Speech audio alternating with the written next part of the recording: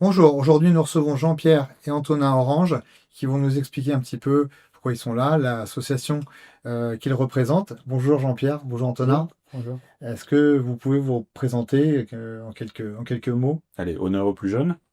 Je m'appelle Antonin Orange, j'ai 21 ans, je suis étudiant en droit et je suis sourd.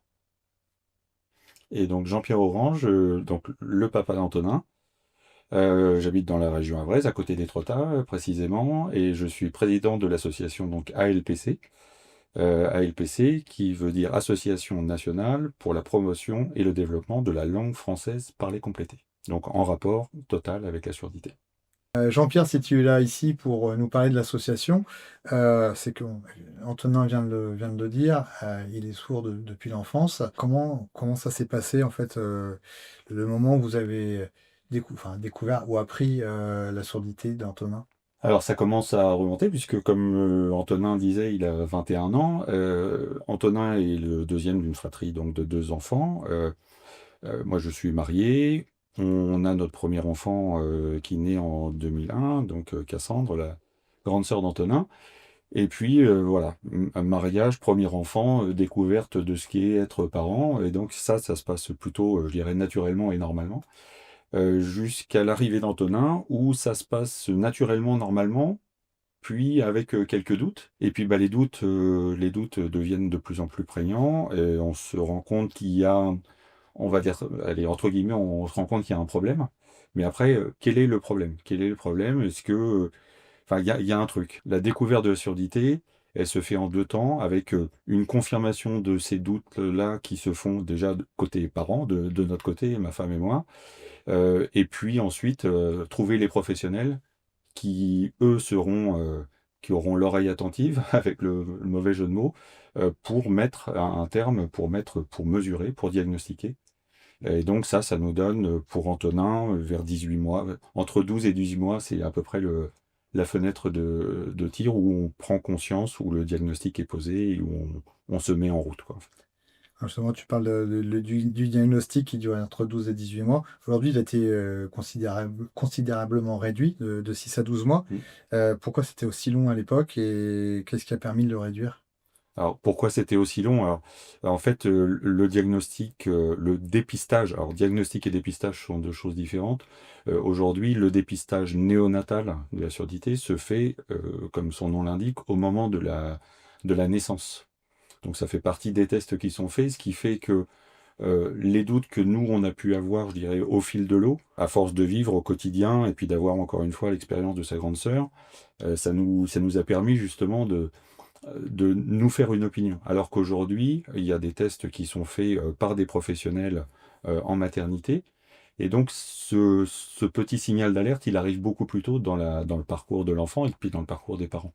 Donc, c'est là où on trouve cette différence de 12 mois par rapport à nous, il y a quelques années maintenant, 2004 pour Antonin.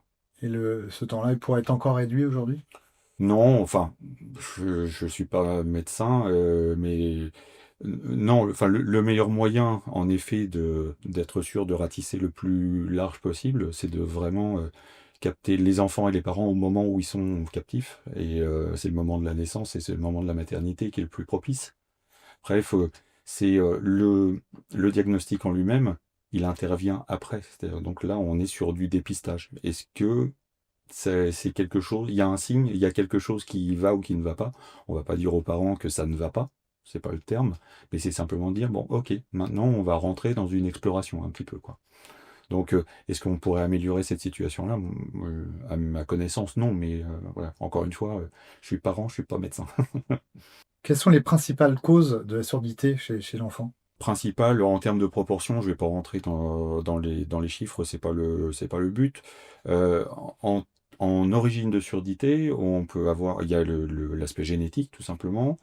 Il y a les virus, c'est ce qui est le cas d'Antonin. Donc virus pendant la grossesse, qui peut avoir des conséquences ou ne pas avoir de conséquences. Et donc là, qui en l'occurrence a eu des conséquences. Et puis l'autre source, mais alors là c'est un peu moins pour les enfants, mais ça peut être bon, enfin une malformation ou ça peut être un accident. Enfin, il y a différents cas de figure. En termes de proportion, je vais pas en parler là, c'est pas tant le propos, mais c'est vrai que tous ces cas de figure-là mènent à un degré de surdité profonde dans le cas d'Antonin, et ça peut être surdité sévère, moyenne. C'est ce qu'on entend un petit peu, je dirais, dans le domaine public. On entend un peu parler de ces niveaux de surdité-là, quoi. Est-ce que c'est important pour les familles de connaître l'origine de la surdité de l'enfant? Et est-ce que principal, il est ailleurs? Alors, non, l'enjeu, alors pour répondre au caractère important, oui, c'est important, mais c'est pas la première chose que l'on fait. C'est-à-dire que c'est vrai que la découverte, le diagnostic, le dépistage, c'est une découverte de l'inconnu. On est parents entendants, première fille entendante, etc. Donc on arrive avec un diagnostic qui est posé. Oui, il y a une surdité. Ah, bon, qu'est-ce que c'est que la surdité? Qu'est-ce qui se cache derrière? Quels sont les enjeux?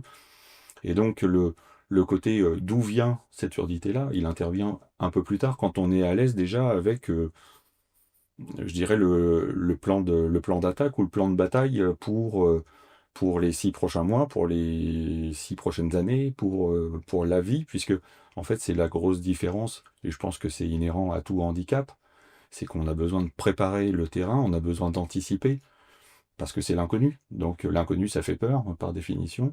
Donc on a besoin de se renseigner, de voir un petit peu, d'essayer d'évaluer, puis de se dire, bah voilà, quand il rentrera à l'école, comment ça va se passer? Est-ce qu'il peut aller à l'école? Est-ce qu'avant d'aller à l'école, est-ce qu'il va parler? Enfin, c'est toutes ces questions-là qui viennent naturellement. Et après, sur l'origine de la surdité, bah, quand les choses sont posées, en effet, on rentre sur une sorte de recherche. Alors là, c'est une enquête de police, hein, de façon à savoir si c'est une origine génétique, si c'est viral. Et puis bah, l'enjeu pour les parents, mais surtout pour l'enfant lui-même, c'est de savoir ce qui le constitue, quoi. Pourquoi cette situation-là, qu'elle soit bien vécue ou pas. Et ensuite, bah, quand on devient adulte, pour les plans futurs, avoir des enfants, etc., bah, si Mm. génétique, c'est un point d'attention, quoi, hein. Pour Ça Antonin, n'empêche rien, hein. C'est pas le cas, donc c'était pendant la grossesse, un Voilà, un virus. virus pendant la grossesse, donc c'est pas un enjeu pour Antonin, c'est plus un enjeu pour nous, mais ça peut l'être, et c'est important de le savoir, puisque ça fait partie de la construction automatiquement. Et c'est peut-être indiscret, mais c'est quel virus et comment il a été. Alors, son petit nom au virus, c'est le CMV, cytomégalovirus. Alors, même chose, là, n'étant pas médecin, je vais certainement dire ou virologue, mais on est sur typiquement tous les risques liés à l'hygiène ou à la proximité d'autres enfants pour les femmes enceintes pendant la grossesse, justement, quoi. Avec risque d'attraper des virus. Ouais, difficile aujourd'hui encore d'échapper à ce virus-là. Ah oui, non, non, Il suffit d'être en contact avec un enfant exactement. maternel. Ouais, tout à fait. Il n'y a pas de plan ou de recette magique. Oui, vas-y Antonin, c'est vrai. Tout à l'heure, mon père disait, moi j'ai eu un virus, il peut y avoir des conséquences et pas de conséquences. C'est un virus qui est quand même assez présent chez les femmes en règle générale.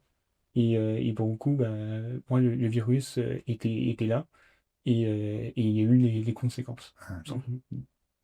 Alors, je vais poser peut-être une question un peu naïve. On dit souvent une personne sourde et muette, mais est-ce qu'on peut être sourd et pas muet et vice-versa? Alors ça fait partie justement de la courbe d'apprentissage. Donc, enfin, je pense que Antonin en est la preuve. Qui dit surdité ne dit pas surdimutité, donc sourd et muet. Ça fait partie, et ça fait partie aussi de notre parcours, qui n'est pas un parcours particulier, hein, c'est un parcours assez souvent rencontré, à savoir que la majorité des enfants sourds naissent de parents entendants, et que donc à partir de là, qu'est-ce qu'on se dit? Bon, est-ce qu'il va entendre oui ou non? On parlera peut-être de cet aspect appareillage, implant, réhabilitation, même si le terme n'est pas beau. Mais c'est qu'est-ce qui va se passer derrière. Et à partir du moment où on alimente les enfants avec un bain de langage, avec une réhabilitation, avec un suivi quand même assez particulier, assez conséquent, et ben, on rentre dans une boucle. Alors, les spécialistes parlent de boucle audio-phonatoire, Mhm. à savoir qu'à partir du moment où on est rentré sur de l'émission de la réception, les enfants, ils ne demandent qu'une chose, c'est à communiquer. Et là, j'aurais tendance à dire, rien n'en... Eh ben, on rentre dans une boucle. Alors, les spécialistes parlent de boucle audio-phonatoire, Mhm. à savoir qu'à partir du moment où on est rentré sur de l'émission de la réception, les enfants, ils ne demandent qu'une chose, c'est à communiquer. Et là, j'aurais tendance à dire, rien n'empêche de très bien communiquer sans mots. Si on parle de la langue des signes, par exemple, qui est la plus connue du grand public, parce que la plus visible, une communication de qualité peut se faire aussi en langue des signes, c'est pas le problème. Nous, ça n'a pas été notre choix. Notre parcours nous a emmenés vers de la langue française, parlée, écrite, enfin de la langue française. Par contre, voilà, tous ces choix-là sont respectables. Et donc, il faut décorréler ce côté sourd et muet. C'est pas mécaniquement, physiologiquement, il y a pas de lien absolu entre les deux, quoi. Il n'y a pas de contrainte. Il n'y a pas de contrainte, ouais, ouais, il n'y a pas de frein, quoi, en fait. Ouais. À quel moment vous avez compris que l'enjeu pour vous, c'était pas uniquement la surdité, mais bien la communication?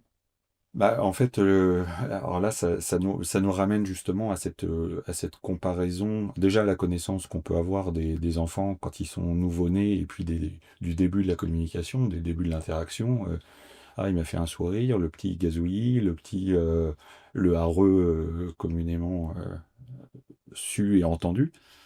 Et la comparaison avec sa sœur, à nouveau, c'est-à-dire qu'à partir du moment où on rentre dans une communication naturelle de parents, avec toutes les interactions de la vie quotidienne, quoi, hein. Et ça au travers de l'âge et au travers des premiers mois, et ben on se dit, là c'est important, mais c'est même naturel. On se fixe pas là-dessus, on se dit pas, oui, il faut absolument. On commence à se fixer sur cette notion-là quand on découvre qu'il y a un problème. Mm. Si tant est qu'il y a un problème. Aujourd'hui, on l'appellerait pas problème, mais sur le moment, c'est encore une fois, c'est une découverte.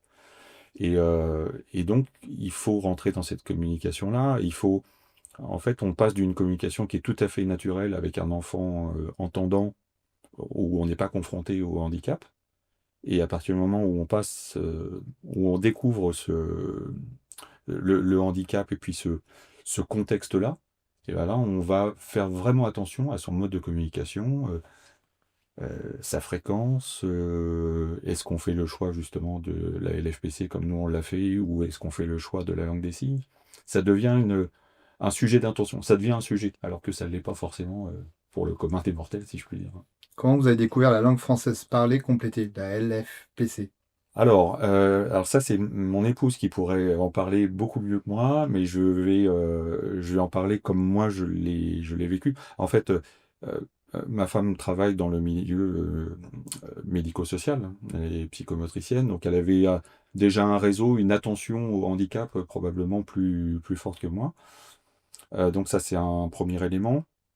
Et puis après, il y a la réaction et le temps de réaction des parents au moment du diagnostic et au moment de l'annonce du handicap. Oui, il y a un handicap. Et là, moi, je dois dire, et bon, je suis pas le seul dans ce contexte-là, où là, il y a une différence homme-femme sur le temps de réaction, le temps d'assimilation et le temps de rebond.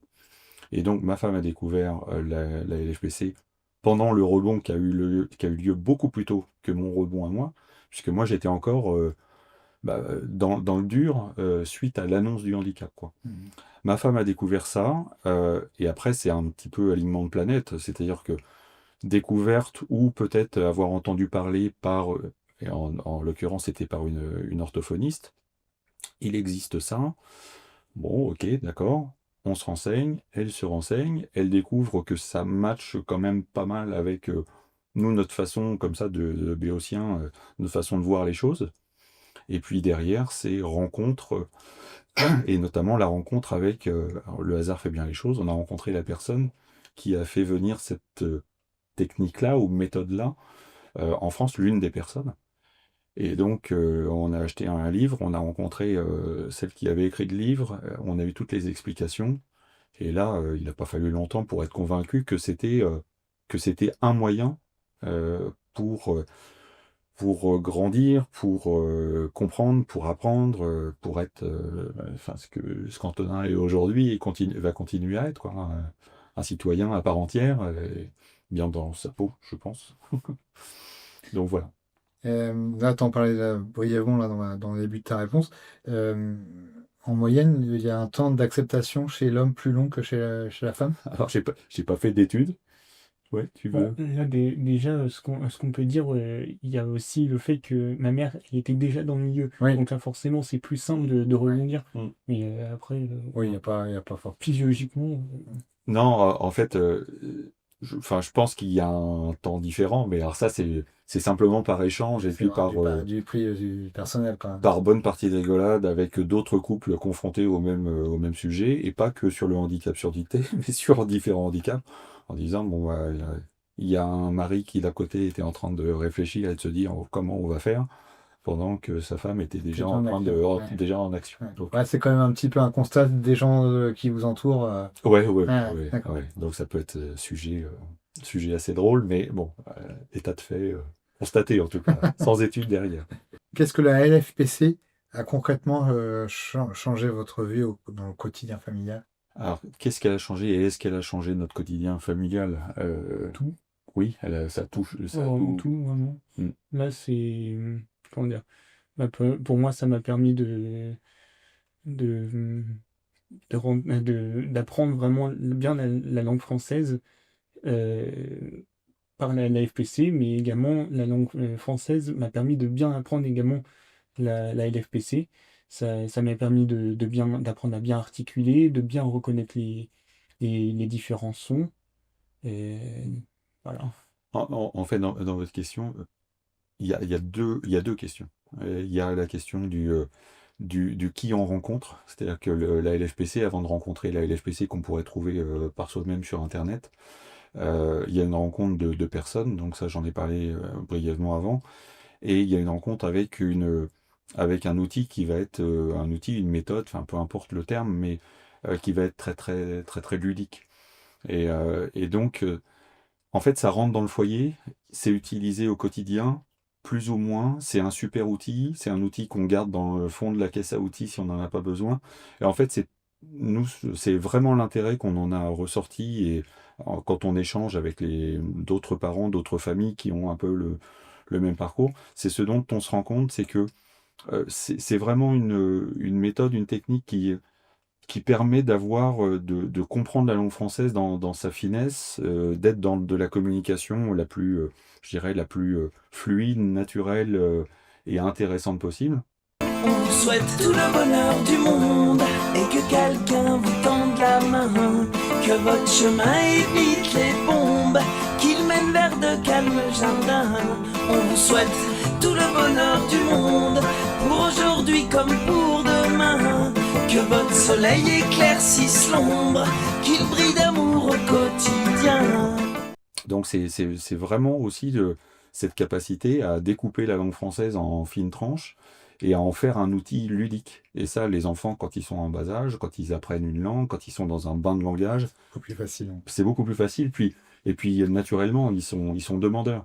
Et pour un adulte, c'est combien de temps pour l'assimilation? Est-ce que c'est difficile?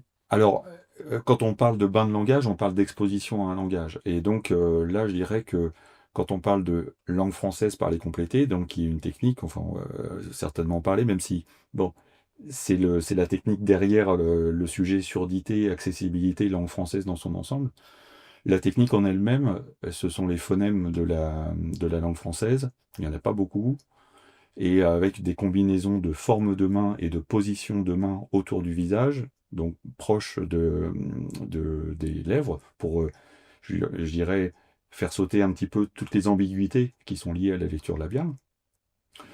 Cette technique-là peut s'apprendre, allez, en un week-end, les parents sont autonomes avec quelques heures de code pour apprendre ce qu'on appelle des clés, et puis pour apprendre les positions. Donc là, ça c'est le début. Par contre, c'est pas ça qui fait qu'on va être capable de coder, je dirais, en simultané, avec la fluidité nécessaire pour pouvoir dire, coder en même temps, puisque tout ça, ça se fait à l'oral. On peut le faire sans le son, c'est toute la beauté aussi de la chose, c'est qu'on rend le français visible. D'accord?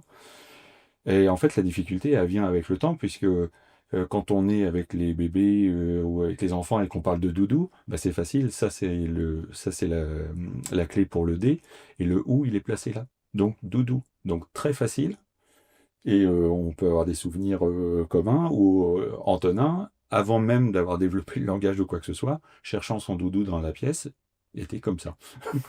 Donc on a encore des photos et des bons souvenirs par rapport à ça. Mais c'est pour dire que c'est simple. Mais par contre, Doudou, à 21 ans, c'est vrai que dans les conversations, on est passé un cran au-dessus. Et donc, bah, pour coder, là, c'est toute la difficulté de ceux qui codent, c'est d'arriver à une fluidité qui ne prenne pas le pas sur bah, qu'est-ce que je suis en train de dire, est-ce que je peux coder. C'est un effort, c'est pas naturel automatiquement, quoi. Mais pour autant, c'est de la langue française et ça permet la pleine accessibilité. Ça permet aussi des grands moments de complicité parce que, exemple, cas tout à fait pratique, à la piscine, les implants ou les appareils, ils sont dans le sac, ils sont protégés. Donc là, la surdité profonde, elle est là. Et donc, bah, comment interagir? Et bah, là, on interagit en langue française, sans le son, et ça fait des super pouvoirs dont on peut parler sous forme d'anecdotes avec moi d'un côté de la vitre, Antonin à l'autre bout de la piscine, ou avec ma femme, et puis on donne les consignes comme ça de loin. C'est un bon exemple, là, par exemple, la piscine. Donc, les appareillages, ils sont protégés pour l'eau, à cause de l'eau, etc. En cas de danger, quand c'est comme ça, comment vous arrivez à... Enfin, est-ce que c'est déjà arrivé de dire, attention, il y a un petit qui est tombé à l'eau, est-ce qu'on peut interagir ou même protéger Antonin d'un danger Alors, c'est la difficulté. Ouais. Bah, en fait, je peux témoigner par rapport à l'expérience qu'on a par rapport à toi. La difficulté, c'est la difficulté du handicap invisible. Le danger exprimé là, il est existant parce qu'on en parle, mais si on chuchote, qu'on fait pas attention, qu'on regarde sur le côté et que Antonin parle les difficultés de perception, parce que malgré, alors là on est dans un contexte studio qui est plutôt favorable, il n'y a pas un bruit derrière, etc. Donc ça c'est favorable. Oui. Le même Antonin au bout de la table dans une conversation de famille. Oui, dans les environnements vraiment bruyants, moi je peux vraiment avoir beaucoup de difficultés à comprendre parce que moi je peux pas forcément isoler. Là j'entends des sons, mais je peux pas forcément faire un focus sur une voix. J'ai des outils qui me permettent de faire justement cette focalisation, mais après moi ça rend la chose très compliquée et parfois les gens oublient que même les gens les plus proches oublient que j'ai ce handicap. Par exemple, dans un mouvement de foule, Mm. ça peut être dramatique. Ouais. Bah, en fait, là, toute la question, c'est à quel point on peut faire passer ce message-là, et c'est tout l'enjeu aussi, enfin, c'est une partie de l'enjeu de notre association aussi. C'est de donner de l'information, de la conscience. Le premier niveau, alors en effet, le danger vital ou mouvement de foule, ou une chose toute bête, sur un vélo, la voiture qui vient derrière, c'était déjà une difficulté quand il était petit, ça reste une difficulté. Ouais, en plus, avec maintenant les voitures électriques, c'est encore plus... C'est encore pire, exactement.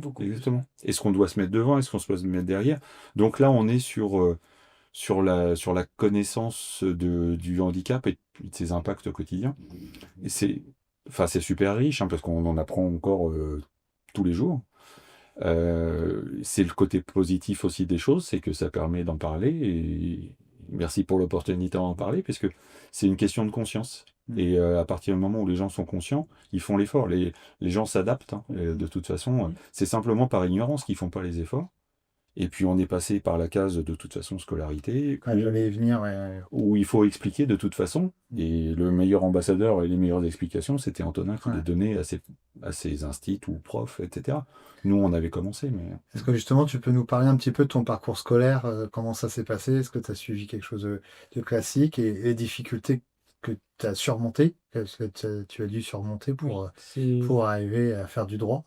Oui, comme je le disais tout à l'heure, moi j'ai vraiment fait un parcours classique, on va dire ça comme ça. J'ai toujours été dans le milieu des entendants et je n'ai pas fait d'école spécialisée.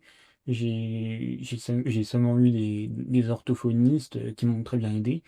Et donc, en termes de difficultés, la grosse difficulté vraiment, c'était les environnements bruyants, donc les classes bruyantes en bavardage notamment. Ça peut être rapidement, devenir très rapidement un gros problème. Et et bon, ça après ça, moi j'hésitais pas à en parler, j'hésitais pas à remonter au professeur qui faisait ou non, ça pouvait arriver. Mais après, aujourd'hui, donc là, moi, je suis à l'université. J'ai, je suis quand même bien aidé parce que je vais auprès de l'administration pour leur demander de l'aide au niveau de support de cours. Je vais demander aux professeurs les cours. Pour les examens, j'aménage les cours, les examens, pardon. Et puis voilà. Et au niveau de l'amitié, est-ce qu'on se sent isolé dans un milieu de personnes entendantes? Alors oui, en effet, bah, pour moi ça a été. Moi j'ai eu la chance d'avoir des amis qui sont encore aujourd'hui mes amis, mais il y a eu quand même beaucoup de monde qui avait parfois de l'ignorance, qui ne connaissaient pas, et du coup ils n'osaient pas venir me voir.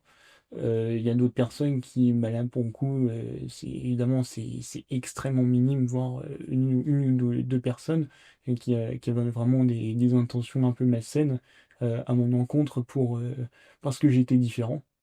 Pour moi, ça a été assez compliqué parce que socialement, déjà, moi, je peux facilement m'épuiser, on va dire. Le bruit m'épuise. À la fin de la journée, je peux finir totalement lessivé si la journée était très intense en termes de bruit.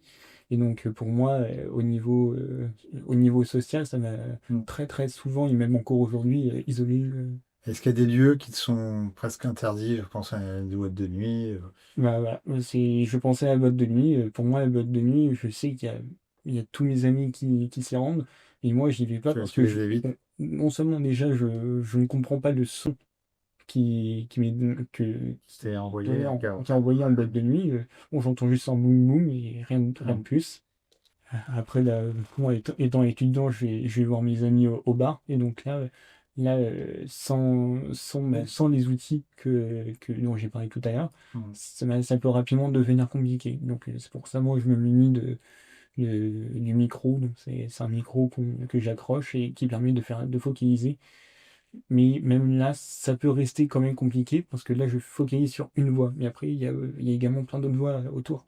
Mais s'il y a d'autres personnes qui veulent me parler, ça devient plus compliqué. Donc, salle de concert, c'était interdit aussi ou Alors pour le coup, alors je ne suis jamais allé en concert. J'ai déjà refusé d'aller en concert parce que j'avais la crainte que ça devienne compliqué. Ouais. Bon, après, j'ai beaucoup regretté de ne pas y être allé. Mhm. Parce qu'on parle quand même d'Imagine Dragon, de Coldplay. Mhm. Voilà, rien que ça, donc forcément, c'est compliqué. Mais ouais, même moi-même, je m'impose des contraintes. Mhm. Des contraintes parce Et que, c'est un peu frustrant, non, voilà, peut-être pour toi? Ouais. c'est Ouais. ça. Parce que moi j'ai du mal à imaginer ce que c'est un monde sans musique. Est-ce que tu arrives quand même à écouter de la musique tranquillement à la maison ou Beaucoup même. Pour moi, je trouve que j'ai une sensibilité à un type de son particulier. Donc je vais pas rentrer dans le détail parce que sinon ça prendrait des lustres, mais c'est vraiment, j'ai vraiment bon, c'est pas nécessairement un genre musical, c'est vraiment un son en particulier qui va faire que j'écoute beaucoup de musique. Donc là, vraiment, fait du bien? j'écoute, voilà, c'est ça, c'est apaisant, c'est C'est quoi? très agréable pour moi. C'est quoi ce type de musique? Oula, alors, Difficile d'expliquer? c'est, comment dire, en fait, c'est un son qui est régulier. Il y a pas il y a pas d'accrochage, on va dire. C'est vraiment des sons dans le temps qui sont réguliers, qui vont pas faire des imperfections à par-ci, par-là. C'est vraiment, c'est lisse, ouais, on va dire comme ça. C'est des sons lisses.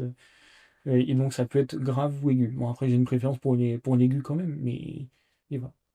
Et le théâtre, est-ce que c'est quelque chose aussi que tu t'interdis Alors pour le coup, je suis jamais, enfin, si je suis déjà allé voir des pièces de Ouais, théâtre, mais enfin, là, il n'y a pas trop de... t'arrives à... je me suis pas vraiment posé la question à Ouais, ce sujet-là, donc ouais, ouais.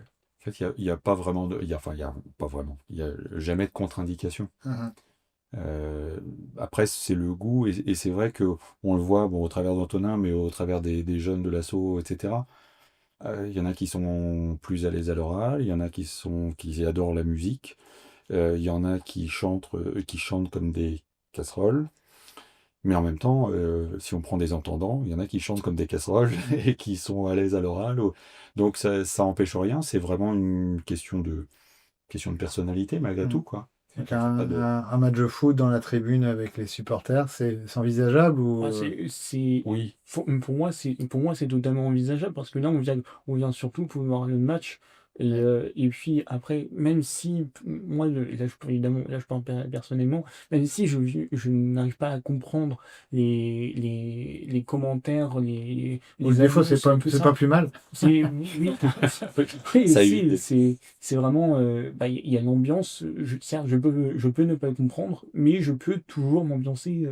D'accord. Je pense qu'il y a une chose qu'on sous-estime en tant qu'entendant, tout simplement, c'est le côté, comment dire, l'impact fatigue, Mm. Ouais. la nécessité de se concentrer en permanence depuis le berceau jusqu'à maintenant dans toutes les situations de la vie. Et c'est vrai que bah, les enfants, majoritairement, ils vont à l'école. Et déjà, rien que ce que donnait comme exemple Antonin, avec les classes, on sait que c'est bruyant une classe. Ouais. Bah, ça, c'est déjà un effort pour les enfants, pour s'adapter. Et donc, cette nécessité de s'adapter, ça pioche vraiment dans les réserves, sachant que bah, les enfants, le soir, quand ils rentrent, bah, les enfants, ils ont des devoirs, éventuellement. La nécessité, justement, de faire comprendre aux enseignants que ça a un impact, que donner des devoirs ou donner des cours ou les fournir à l'avance, c'est de l'aide. C'est pas forcément nécessaire tout le temps, et quel que soit l'âge ou quoi que ce soit. C'est vrai qu'on a des périodes où on est plus à l'aise, je dirais, en primaire, puis un peu moins au collège, peut-être un peu mieux au lycée, etc. Là, les enfants, ils ont le même parcours que n'importe quel enfant entendant ou quoi que ce soit. Mais vraiment, l'enjeu, c'est de faire comprendre à l'environnement par rapport aux personnes sourdes. Et là, je prends Antonin, enfin, quel que soit le niveau de surdité d'ailleurs, c'est la nécessité de s'adapter aux gens que les personnes sourdes ont, alors que, bah, enfin, entre guillemets, ils n'ont rien demandé. Ils ont le droit à l'accès à tout et n'importe quoi. Mm. Donc l'enjeu, c'est vraiment d'apporter de l'information sur, voilà, ça se passe comme ça, la vie au quotidien. Si on prend l'exemple des repas de fête en famille, 15 personnes autour de la table, et à quel point on a du mal à suivre une, deux, trois conversations en même temps, Mm. et à quel point quand on rentre chez soi le soir, on se dit, ouf, Ça, on parlait des boîtes de nuit, une conversation de personnes dans une boîte de nuit. C'est vrai qu'à la fin, on sait et de toute ça façon, nous a demandé de la concentration. voilà, Ouais, donc ça, je vis ça au au quotidien, quotidien, non-stop, quoi. tout à fait, C'est ouais, tout c'est à ça. fait. C'est vraiment à longueur de journée, du matin au soir, au rythme scolaire. Les enfants entendants sont obligés de mobiliser de la concentration, tout ça. Sauf que pour les enfants sourds, donc là, évidemment, à titre personnel, je devais mobiliser mais deux, trois fois plus de concentration pour déjà arriver à comprendre ce qui est dit avant de l'apprendre. Donc, Une précision également par rapport au parcours, je dirais classique ou parcours particulier. Nous, on a le parcours qu'on a. Par contre, ce qui est vrai, c'est que la méthode ou technique dont je parlais précédemment, qui est vraiment l'objet même de l'association LPC, qui est donc la langue française parlée complétée, ce fameux code et ces clés dont je parlais, euh, si on amène ça sur le lieu de vie des enfants, bah, les enfants, très simplement, ils sont soit à la maison, soit à l'école. C'est souvent, quand on fait le raccourci, c'est à peu près ça. Donc nous, en tant que parents, on a appris cette méthode-là, on l'a utilisée plus ou moins. à 100% quand c'était l'heure du bain, parce que même chose que pour la piscine, les appareils ou les implants étaient rangés à ce moment-là. Euh, Par contre, on avait cette capacité à utiliser l'outil ou à pas l'utiliser, un peu, beaucoup, de manière fluide, moins fluide, etc. Côté école, euh, il existe des professionnels qui sont des codeurs ou des codeuses, principalement des codeuses, qui sont des codeuses qui ont une licence qui existe, qui est donnée, donc un diplôme, donc une connaissance et de la technique et de l'environnement, de l'écosystème surdité dans son ensemble, et qui sont capables d'intervenir en classe auprès des élèves de façon à leur assurer l'accessibilité. Il est vrai aussi pour les adultes. Parce que l'accessibilité à la langue ou au message dans son ensemble, il n'y a pas de raison que ça s'arrête à 18 ans et après vous vous débrouillez et bonne chance. Mmh. Et c'est vraiment l'enjeu de c'est vraiment l'objet de l'association. Jean-Pierre, comment passe-t-on d'une histoire intime à un engagement aussi associatif aussi fort? Alors je parlais un petit peu plus tôt du temps de réaction différent entre hommes et femmes. Moi, ça fait partie de ce cheminement-là. C'est-à-dire que dans un premier temps, il y a une prise de conscience. Après, on se dit, on va se mettre en action, mais se mettre en action, apprendre la méthode dont je parlais, le code LPC, c'est une chose. Et puis après, on regarde très très vite. Et moi, ça a été le cas avec ma femme. On s'est dit, le parcours pour Antonin, ça va être l'école, ça va être la primaire, enfin maternelle, primaire, etc. Enfin, donc le parcours classique. Et on se dit, en face de ça, il y a un accompagnement. Antonin a parlé de l'orthophonie. L'orthophonie, pour les enfants sourds appareillés ou implantés, comme Antonin, c'est 3-4 heures par semaine. Mmh. Dans l'agenda d'un enfant, ça pèse très lourd. Ouais. Et dans l'agenda des parents, ça pèse, on devient taxi professionnel. Hein. Mmh. Parce qu'il faut justement aller, et on parle d'orthophonie parce que c'est le plus commun, entre guillemets. Par contre, il peut y avoir de la psychomotricité, il peut y avoir psychologue, il faut aller à l'hôpital pour faire un bilan, etc. Donc il y a tout un parcours comme ça qui fait qu'on a besoin d'accompagner les familles. Ça, moi, je m'en suis rendu compte au niveau local, région havraise, parce que c'était pas très très glorieux ce qui était proposé aux familles havraises. Donc on a œuvré pour ça, pour améliorer les choses, pour faire de la prise de conscience, etc. Ça s'est fait. Puis ensuite, on est allé vers l'association, je dirais immédiatement après notre engagement, notre premier engagement. On a rencontré donc les personnes dont je parlais précédemment qui ont amené, ou la personne qui a amené la méthode en France, ou qui en fait partie des pionnières. Et donc, très naturellement, on s'est retrouvé au contact de cette association nationale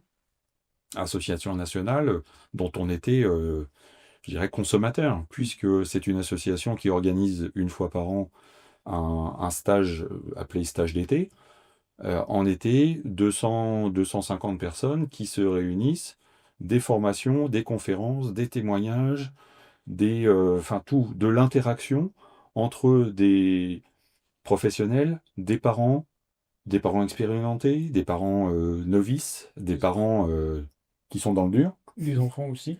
et des enfants qui, pour la première fois, voient mais il y a d'autres enfants sourds. Mais voilà. Donc ça, c'est le premier contact avec l'association. Ensuite, on rentre dans l'association. Puis moi, à titre personnel, je suis rentré en tant qu'administrateur avec ma femme. Et comment tu l'as connue, cette association? C'est par la personne qui a apporté la technique en elle-même. Et puis après, c'est aussi... Enfin, on est sur un microcosme quand même. Donc, on identifie ça, assez c'est rapidement quelque chose. les acteurs. Donc tu as eu plusieurs postes jusqu'à aujourd'hui, le poste de président. Oui. Pourquoi tu as accepté de devenir ce président? L'investissement, il s'est fait graduellement. C'est-à-dire qu'on est rentré en tant qu'adhérent consommateur de ce stage d'été dans un premier temps, pour ensuite devenir administrateur, parce qu'on se dit, ouais, il y a besoin d'aide. Puis encore une fois, on avait un investissement aussi local. Donc on avait envie, et enfin moi, communément, je dis assez souvent que c'est pour redonner ce qu'on m'a apporté. Et de manière très très humble, et alors oui, là j'ai été élu président récemment, c'est très bien. C'est aussi une charge mentale assez forte. Et puis bah, on se dit, oui, je suis porteur de la flamme, c'est la flamme olympique, quoi. Enfin, on porte quelque chose et on n'en est pas dépositaire. Et il faut simplement, je dirais, prolonger l'histoire. Donc, voilà, administrateur, trésorier, puis maintenant président, depuis septembre dernier, avec voilà, l'ambition de faire, de rien casser par rapport à ce qui a Ce qui été a été fait. fait. Alors justement, peut-être, l'association commence à avoir quelques années. Est-ce que tu Mhm. peux nous raconter un peu brièvement l'histoire de l'association? Oui, oui, c'est une association qui est arrivée un petit peu en même temps ou qui a été créée justement à l'initiative de ceux et celles qui ont amené cette méthode qui est d'origine américaine, enfin qui est anglo-saxonne, hein. C'est un médecin américain qui a créé cette méthode de communication-là, donc à l'appui d'une langue, qui est l'anglais pour en l'occurrence, mais qui peut se décliner dans toutes les langues possibles, hein, puisque le même principe de découpage de la langue peut se faire dans toutes les langues. Et donc ces personnes-là qui ont amené cette méthode-là ont créé l'association, donc qui date des années 80. Donc en effet, on a une association qui est assez mature. Et donc ça commence par un groupe de parents, mais comme assez souvent, hein, c'est le groupe de parents, ça s'agglomère. Alors c'était une association qui était très, je dirais, parisienne dans un premier temps, et puis qui est devenue nationale. Et bah, ce côté national, il s'appuie sur quoi? Sur des parents qui sont disséminés aux quatre coins du territoire, et même pour certains en Outre-mer. Il y a combien d'adhérents aujourd'hui dans l'association? Alors, le comptage des adhérents, c'est toujours un peu l'enjeu. Compliqué. Compliqué parce qu'en fait, le principe d'adhésion dans notre association, ce sont principalement des familles qui adhèrent et non pas des individus.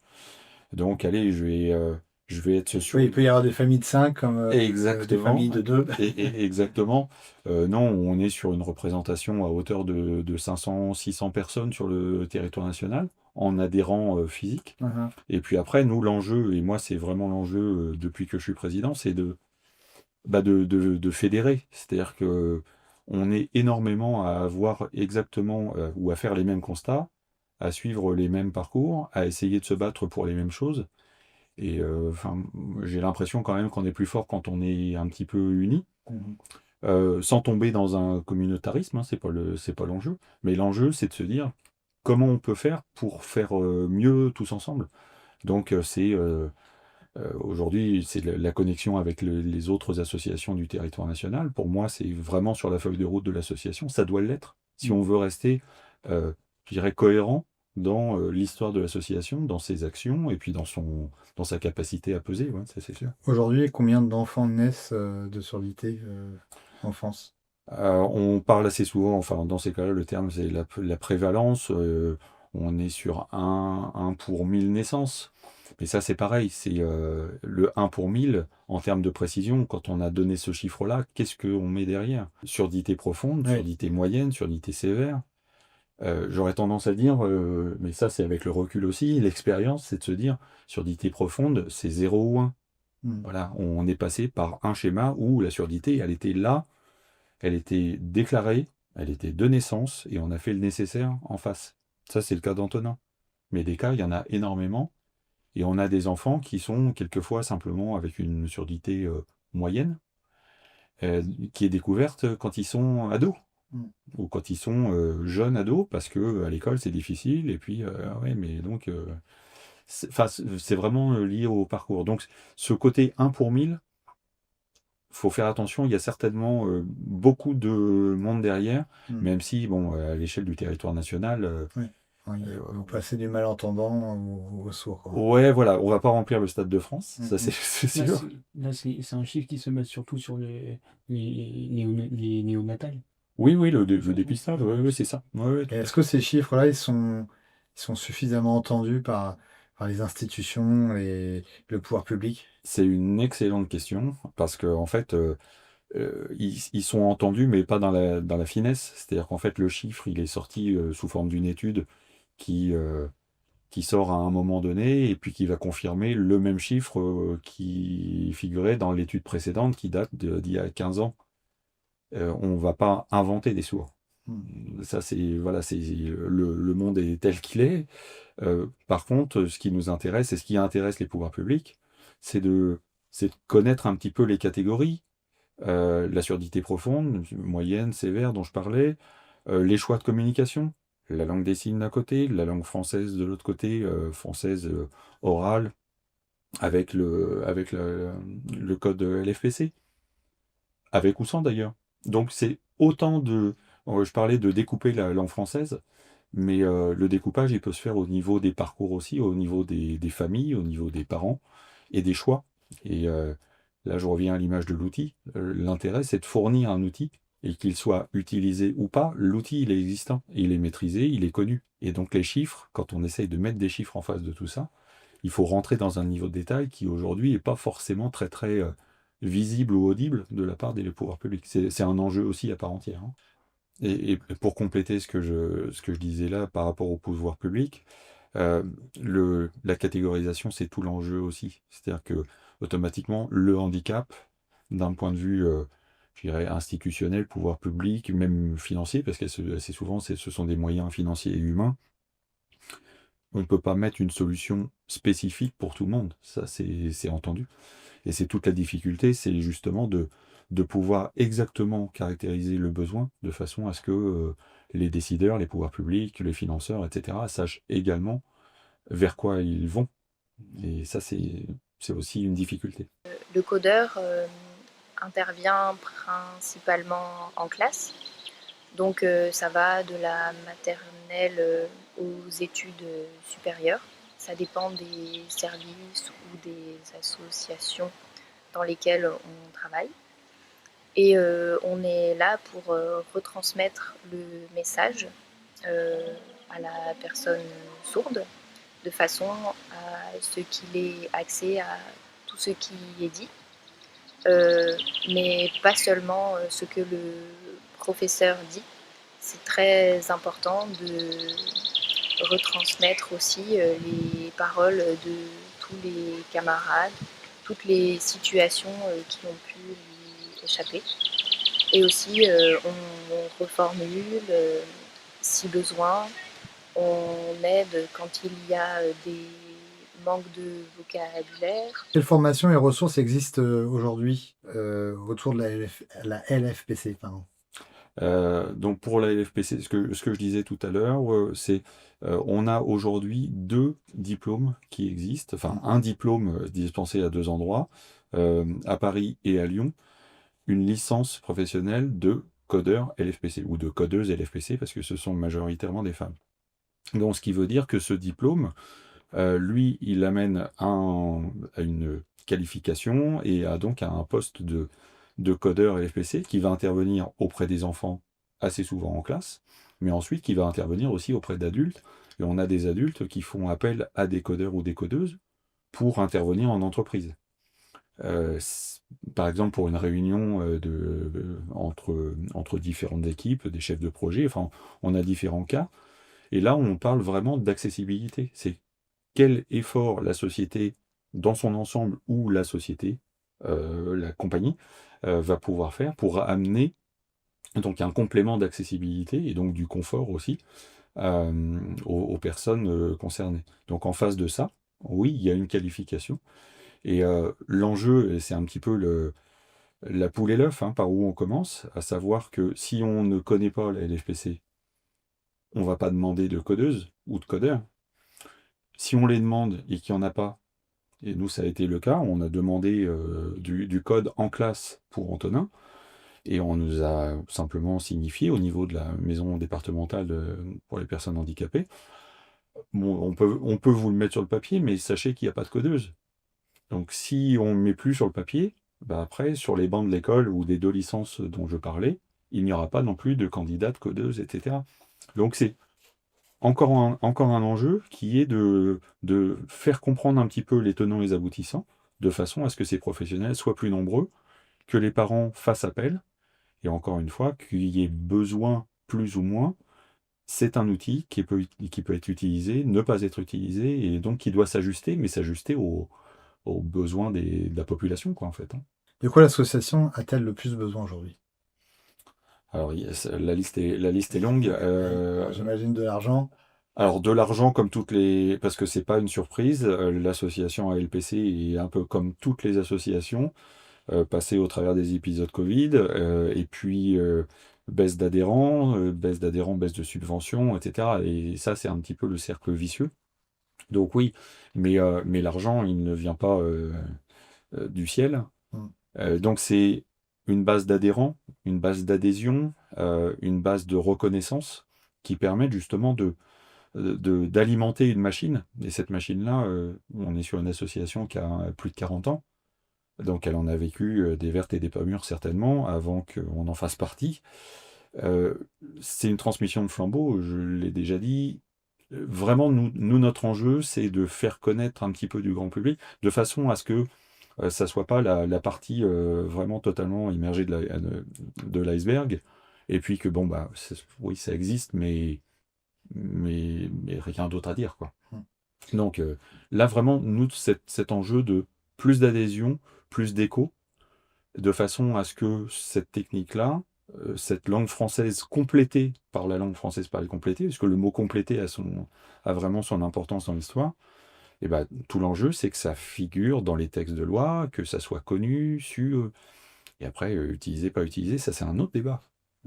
Est-ce que vous êtes aussi à la recherche de partenaires, de mécènes? Alors, la première chose à faire, bon, au-delà d'écouter ou de nous regarder là aujourd'hui, c'est d'aller sur notre site internet, qui est assez bien fait, que ça soit pour les familles, pour les partenaires, les professionnels, etc., pour trouver de la ressource en termes d'information, mais aussi pour voir comment on peut nous soutenir.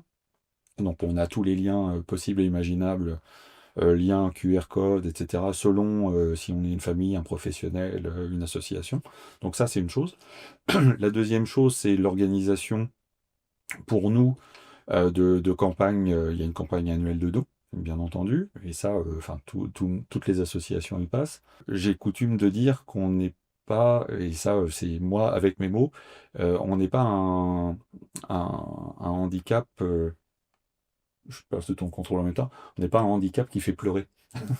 Oui, je comprends ça. Et donc, voilà, c'est faire connaître les actions. Les actions, c'est le stage d'été dont j'ai parlé. C'est un week-end qu'on appelle le WECA, donc week-end ado codé, ou codé ado plutôt, que l'on propose aux adhérents ou aux enfants des adhérents une fois par an, et qui permet à des ados, pré-ados, de se retrouver ensemble, et puis pour une fois, de ne pas être simplement considérés comme des enfants sourds. Mais voilà, c'est des enfants entre eux qui parlent de leurs problématiques, avec des échanges de tuyaux, des difficultés, d'autres totalement avec du succès, et puis des échanges entre eux, et c'est très très riche. C'est ça, on les sécurise là-dedans. Je sais pas, tu veux. Avant tout, c'est le but du WECA avant tout, c'est de dire que ce sont des enfants, avant de dire que ce sont des enfants sourds. Ouais. Pour moi, c'est comme ça que je fais. Ouais, non, mais tu as raison, et c'est vrai que ça, ce sont des ressources au long de l'année, entre le stage d'été et puis ce week-end pour les enfants. C'est vraiment une manière pour eux d'échanger sur leur parcours, sur leur vécu, d'échanger des pratiques, de ne pas se sentir seul, puisqu'on a parlé de l'isolement un peu plus tôt. Ça, c'est un risque avéré, hein, c'est vrai que les difficultés de communication, encore une fois, pour l'image du grand repas, du grand banquet de famille, au moment où on décroche, on est en arrière sur sa chaise et on a décroché, et on ne va pas rattacher les wagons. Alors, on parlait de partenaires ou de mécènes. Vous avez eu parmi les stages d'été d'un intervenant, Yann Aldric Montreuil. Est-ce que vous pouvez nous expliquer qui il est et qu'est-ce que ça apporte des partenariats, enfin des parrains comme celui-là? Des parrains comme ça, parrains un petit peu, étoile filante. Yann Aldric Montreuil, en effet, est intervenu sur notre stage d'été l'année dernière. C'était au travers d'un partenaire qu'on avait trouvé aux recherches de subventions. On s'adresse à une société, et donc automatiquement on s'adresse aux sociétés qui gravitent dans l'écosystème surdité dans son ensemble. Et puis, on a un parrain médiatique dans cette société-là. Il serait peut-être intéressé pour venir, et il est venu. Et ça a été un moment magique de rencontre et de partage entre quelqu'un qui, alors je ne vais pas parler à sa place, j'ai pas cette prétention-là, mais qui a un vécu, qui a un parcours, avec certainement des difficultés liées aussi à une surdité je ne vais pas détailler son parcours, ça lui appartient, mais vraiment, il a été lui-même, je dirais, ébloui par la richesse de la rencontre, parce que, encore une fois, on était sur un échantillon de différents parcours, de différentes familles, de différents profils, avec les hauts, les bas, etc. Différentes régions. Et différentes régions, absolument, tu as raison de le préciser, euh, qui étaient vraiment, vraiment riches. Donc ça a été un moment un petit peu, enfin voilà, une parenthèse enchantée, où on a un gars qui est absolument brillant dans ce qu'il fait. Justement, tu peux nous dire. Bah alors, sans connaître, parce que je vais être tout à fait honnête, n'étant pas forcément féru de réseaux sociaux et de télévision, je connaissais pas cette personne-là. C'est quelqu'un qui a un talent, c'est un très grand communicant, mais communicant par sa pratique de la danse, par sa façon d'interagir avec ses abonnés, puisque c'est principalement au travers des réseaux sociaux. Ouais, il a été connu aussi pour ses participations Danse, danse avec les stars, voilà. absolument, absolument. Voilà, Ouais, ouais. quelqu'un qui est danseur Oui, à la base. ouais, ouais, ouais. Et communicant par la suite. Exactement. Et donc, tout ce bon mélange-là, c'est vrai que mis dans le contexte stage d'été de la LPC l'année dernière, ouais, ce sont des moments magiques, mais là, c'est au-delà du parcours de la personne, c'est la personne en elle-même qui avait rendu ça magique, quoi. Aujourd'hui, tu as un jour un peu particulier parce que on va parler de la reconnaissance officielle et l'engagement politique de la langue française parlée et complétée. Pourquoi est-ce que c'est essentiel pour vous qu'elle soit reconnue? Alors, c'est essentiel parce que depuis le début de nos échanges, j'ai parlé de langue française. Donc, on est sur de la langue française, on est sur une technique, on est sur un diplôme pour les codeuses, on est sur des besoins plus ou moins forts. Le manque aujourd'hui, c'est que cette langue française parlée complétée n'apparaît pas dans les textes en tant que telle. À savoir que dès le début du parcours, et si on rembobine un petit peu, l'information qui est donnée par des professionnels qui ont eux-mêmes reçu l'information et qui vont donner cette information-là auprès des parents après un dépistage, diagnostic, etc. Ok, il faut qu'ils aient le choix. Et là, la loi l'a dit en 2005, enfin, libre choix, égalité des chances, on peut mettre tous les termes différents, mais aujourd'hui, cette égalité-là, elle n'est pas assurée parce que déjà, rien que sur le transfert de l'information vers les familles, il ne se fait pas complètement. Et donc, bah, il y a deux moyens. Soit on fait une campagne planétaire de publicité, on va y perdre du temps et de l'argent et ça n'aboutira pas. Soit on passe par la base de la base, à savoir l'inscription, mais texto, de la langue française parlée complétée, comme étant un complément à part entière de la langue française. Et encore une fois, comme on parle des enfants, on parle de l'éducation, donc on parle du code de l'éducation. Donc l'enjeu pour nous, c'est ça, c'est vraiment de le faire inscrire. Ça va pas décupler les moyens, ça va pas être magique. Ça va pas décupler les demandes, puisqu'encore une fois, c'est un outil qui est quelquefois utilisé, pas utilisé. Mais par contre, ça assurera vraiment cette accessibilité pour tout un chacun, quel que soit le territoire. Donc là, c'est un autre enjeu derrière. Mais déjà, on est vraiment au nœud, au cœur du réacteur. Et nous, l'enjeu, c'est ça. C'est vraiment de le faire noter noir sur blanc. Alors justement, c'est un peu le hasard des calendriers. Bon, l'interview était prévue aujourd'hui, le 7 janvier, et tout se passe aujourd'hui. Alors, tout, peut-être pas tout, mais déjà un épisode avec la revue d'une proposition de loi, une commission qui a fait son travail. Et c'est là, je dirais, le rôle important des associations, enfin moi je le vois comme ça, c'est justement d'avoir du poids, mais aussi d'apporter un éclairage.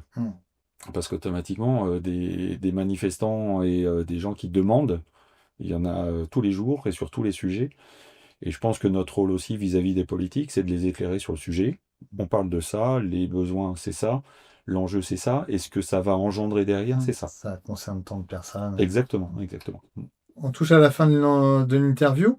J'aurais quand même aimé aborder un petit peu. Voilà, on entend parler que d'intelligence artificielle en ce moment partout, pour tous les métiers, etc.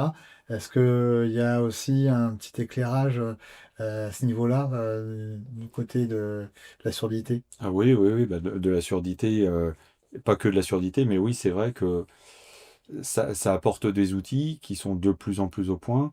L'illustration, c'est vrai qu'on a en tête les lunettes de réalité virtuelle, par exemple. Bon, bah, là, si on parle de transcription automatique de la parole avec présentation sur une paire de lunettes, par exemple, c'est pas un concept, on y est, ça c'est quelque chose qui est existant sur le marché. Bon, c'est vraiment les balbutiements, c'est encore les premières générations d'équipements. Mais ça, c'est vrai que ça va changer ça va changer le cours des choses, puisque automatiquement, on aura accès par la lecture au travers d'une paire de lunettes, accès directement à la langue. Donc ça, je dirais que ça touche tout type de surdité, réhabilité ou pas, implant ou pas, Mhm. langue des signes ou langue française orale avec LFPC ou pas, ça touche tout le monde. Donc ça, c'est vraiment un moment intéressant. Il y a tous les sujets de thérapie génique, etc., qui progressent au fil de l'eau. Alors là, c'est un débat, c'est un autre sujet, un autre débat. Euh, comment mettre ça en œuvre? Est-ce qu'il faut le mettre en œuvre? Est-ce que c'est un choix des familles, etc. Donc là, mettons ça de côté. Mais il y a beaucoup de choses qui évoluent là pendant que l'on parle. Donc c'est plutôt prometteur. Et c'est vrai que quand on regarde, enfin, quand on parle un petit peu avec Antonin, le vécu, etc., on voit une accélération quand même sur. On parlait de musique un petit peu plus tôt dans l'entretien. Bon, bah, la musique, Antonin l'a directement au travers des implants, en Bluetooth, y compris les appels téléphoniques, etc. Et Bon, cet implant, il est placé donc à quel niveau Donc tu peux là, peut-être nous montrer. Ah, ouais. ouais, alors là c'est l'implant externe, c'est la Ah, partie extérieure, c'est la réception du son. Et en fait on m'a opéré pour glisser un implant interne. ah, ah, mhm. Et du coup, bah là, avec les moyens technologiques, je peux passer comme mon père le disait, je peux passer des coups de fil directement en Bluetooth d'une certaine manière. Je me suis fait la réflexion que très récemment, d'une certaine manière, le son que je reçois n'existe pas. Parce que habituellement, ça sort par le bas du téléphone, tout ça.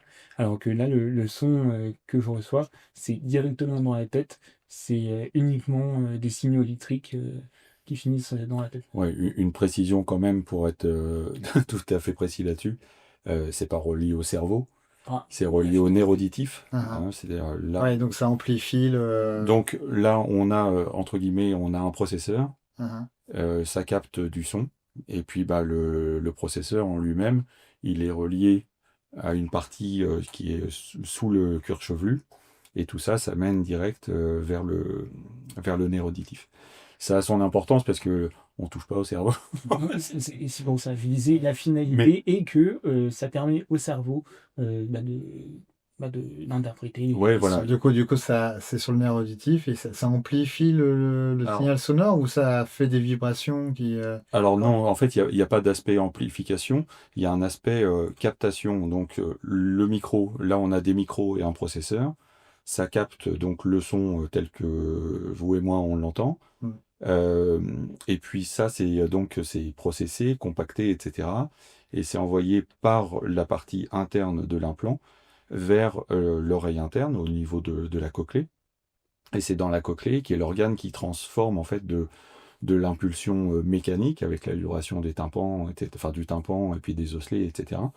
Qui transforme de la mécanique en signal électrique, donc en impulsion électrique. C'est pour ça que je précisais sur la connexion derrière, bah, c'est le nerf auditif qui est derrière, et donc qui est alimenté avec des impulsions.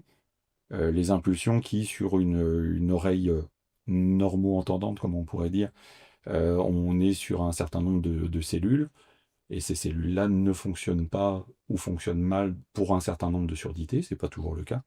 Et à partir de là, donc l'implant vient assurer ce transfert d'informations, quoi. Moi, dans mon cas, le virus a tout simplement rasé une grande partie des cellules, appelées cellules ciliées, et l'implant, en fait, ça va se glisser dans la cochlée et mettre des électrodes un peu, et ces électrodes-là font un peu Ouais, le travail. ça fait une sorte de stimulation. Tout à fait, C'est c'est une ça. stimulation et ça redonne une audition. Alors c'est toujours les discussions qu'on a ensemble, c'est quelle est l'audition au travers d'un implant. Seules les personnes implantées peuvent le dire. Mm. Et en même temps, pour toi, c'est de naissance Techniquement, je Difficile peux à pas dire. décrire, ouais. difficile à décrire. Hein. Je peux pas dire si j'entends comme vous, vu que je ne Bah connais non. pas le son. Bah ouais, c'est comme une personne qui naît sans la vue. Exactement. Et- Donc ce sont plutôt les adultes qui ont eu un accident ou une perte d'audition Oui, et voilà, qui ont été qui implantés, peuvent qui peuvent faire la dire oui. comparaison, Voilà, mais exactement. quand tu Et- sais pas que le ciel est bleu, Bah, c'est difficile exactement. Il y a un ciel, mais de l'imaginer, quoi. tout à fait. Alors, pour terminer là, l'entretien, quel message vous aimeriez adresser aux parents qui viennent tout juste de recevoir malheureusement ce diagnostic?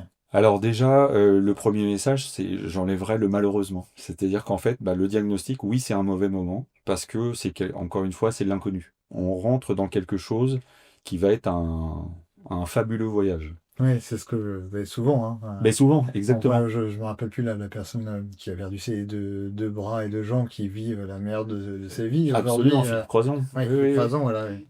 exactement. Donc, cette peur de l'inconnu, c'est une chose, mais ça, c'est une durée, et ça, chacun va passer dans ce tunnel-là. Et en sortie de tunnel, il y a plein de possibilités. Ce qu'il faut surtout arriver à comprendre, je pense, et moi, ça a été, c'est pas une révélation, c'est pas du jour au lendemain, mais c'est une prise de conscience que ça n'empêche rien. Et on est en France, on est en 2025, 2026, ça n'empêche rien à partir du moment où on a la compréhension des difficultés qu'on va rencontrer, qu'on soit sourd ou pas, hein, pour les enfants, pour les parents, enfin la vie reste ce qu'elle est. Et donc le message clé, il est soyez pas soyez pas à l'arrêt, c'est-à-dire prenez l'information telle qu'elle est. Faites-vous votre propre avis. Le propre avis, c'est pas forcément de passer son temps sur Internet ou quoi que ce soit, mais c'est vrai que ça, le côté, et là je vais prêcher pour notre paroisse à LPC, c'est vrai qu'à partir du moment où on vient sur un stage où il y a 200 et quelques personnes avec tous les profils imaginables, tous les parcours imaginables, qui sont pas tous brillants, c'est absolument pas le sujet, ça permet de se dire, ok, ouais, je suis pas seul, je peux être acteur, je sais ce que je peux faire. Ça va réussir, ça va pas réussir. Mais ça, on verra, on va le faire Oui, déjà. puis ça décuple peut-être d'autres sens. Moi, j'ai un ami qui est très malvoyant, et il avait un don pour le sport incroyable. Il peut jouer au tennis de patte, au ping-pong, et battre n'importe qui, Voilà. jouer au foot et jouer avec des personnes complètement valides. C'est pour ça qu'il faut se dire que on a un handicap. C'est sûr que ça sera parfois compliqué dans la vie, mais il faut se dire que maintenant c'est quelque chose qui fait partie de nous. Moi, dans mon cas, moi je considère ça comme comme un point, une part entière de mon identité. C'est ça qui fait ce que je suis, pardon. Et du coup, il faut, comme mon père disait, faut pas se mettre à l'arrêt. Faut aller de l'avant. On peut tout faire on peut faire le nécessaire pour améliorer, pour éviter d'avoir trop de difficultés, de trouver des solutions. Voilà. Le dernier mot peut-être pour Antonin. Toi, qu'est-ce que tu aimerais transmettre aux jeunes, aux adolescents qui vivent la même chose que toi aujourd'hui? La première chose, je peux dire, vous n'êtes pas seul. Vous n'êtes pas les seuls à être dans cette situation. Entourez-vous. Entourez-vous. C'est quelque chose qui n'est clairement pas insurmontable. Vous pouvez. Et puis après, ne soyez pas. euh, N'ayez pas honte de votre surdité. Il y a quand même beaucoup de personnes qui ont un peu cette peur en se disant on n'est pas comme les autres. Après, tout le monde est différent. Donc il faut vraiment se dire que ça nous construit. C'est ça qui fait notre identité, comme que je disais un peu avant. C'est vraiment, c'est nous. Donc vraiment, n'ayez pas peur, entourez-vous et faites-en votre force. Et important, c'est que, je pense qu'Antonin, depuis toujours, la surdité, c'est pas ce qui te constitue uniquement, mais voilà, ça fait partie de ta personnalité. C'est Et ça, c'est bien quand on est à l'aise avec ce qu'on est, avec le bien, le pas bien, quoi, en Mmh. fait. Donc, c'est aussi ça qui est important, c'est d'être bien dans sa peau et d'être, au final, un acteur, quoi, de Ouais, la c'est ça. société. Ah, aussi, il faut se dire, il y aura toujours malheureusement des personnes qui vont dire que c'est quelque chose qui n'est pas normal, tout ça. Alors moi je dis que c'est normal, ce sont des choses qui arrivent. Pour moi ça arrivé, c'est normal, c'est parce que ça arrivé. Et il faut se dire, avoir un handicap n'est pas, c'est pour ça, c'est un peu au début, je crois, quand on disait, un problème, quand on utilise les termes, malheureusement, les trucs comme ça, c'est sûr que ça va être compliqué. Ça, on Ouais, peut c'est pas pas une non. fatalité. C'est pas une, voilà, c'est pas une fatalité. Voilà. Merci Antonin, merci Jean-Pierre. Merci. Merci. Bon courage et puis bon, j'espère que la loi va passer. Les doigts sont croisés et on les garde croisés longtemps. Et puis, Voilà. bah, rendez-vous sur le site de la LPC, sur les réseaux sociaux également. Eh bien, on Pour va avoir prendre des plus de- nouvelles, des avancées grâce à Voilà. ça, si ça se fait. Ok, super. Merci, bonne fin de journée. Merci beaucoup. Merci, Merci, au au revoir. revoir.